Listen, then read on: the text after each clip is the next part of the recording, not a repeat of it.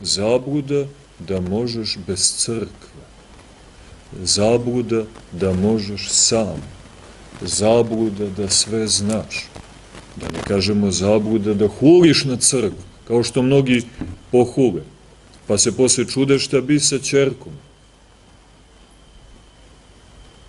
šta bi sa sinom. Mi znamo, su dolazile i majke, pa se žale, znate, ćerka ne misli da se udaje.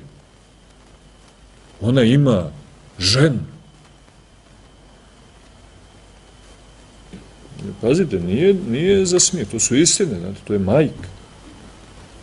Ćerka joj živi sa ženom.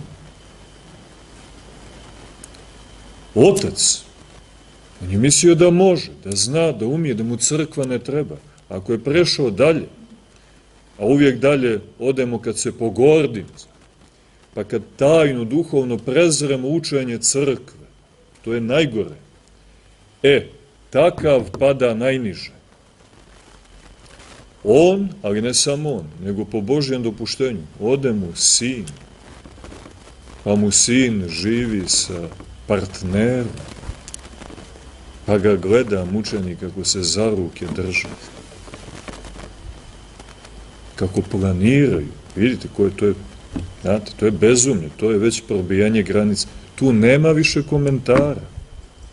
To su posljedice.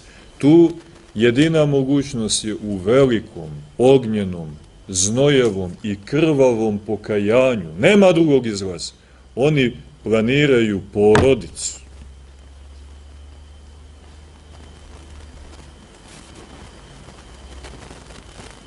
Kako će tata svadbu da organizuje?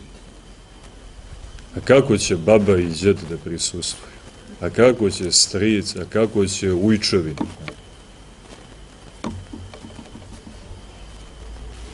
A kako će iscela, rođaci? Razumijete?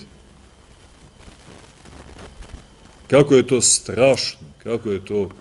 Kako je to užasno? Do čega nas dovodi odstupanje od crkve, od vjere?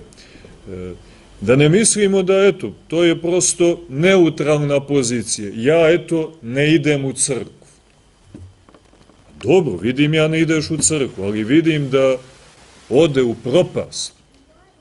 Kaže ti sveti apostol Pavle, vidim ja ne ideš ti u crkvu, ali vidim gdje su ti djeca krenuli. Vidim da ih je stihija uzela i odoš. Vidim da ti tu ništa nećeš moći. Tebi se sad čini da možeš, ali doći će dan, i evo ga već je došao, kad će se nemoć projaviti, i to duboka nemoć, kad ćeš se napatiti, kad ćeš plakati, kad nećeš oka sklapati,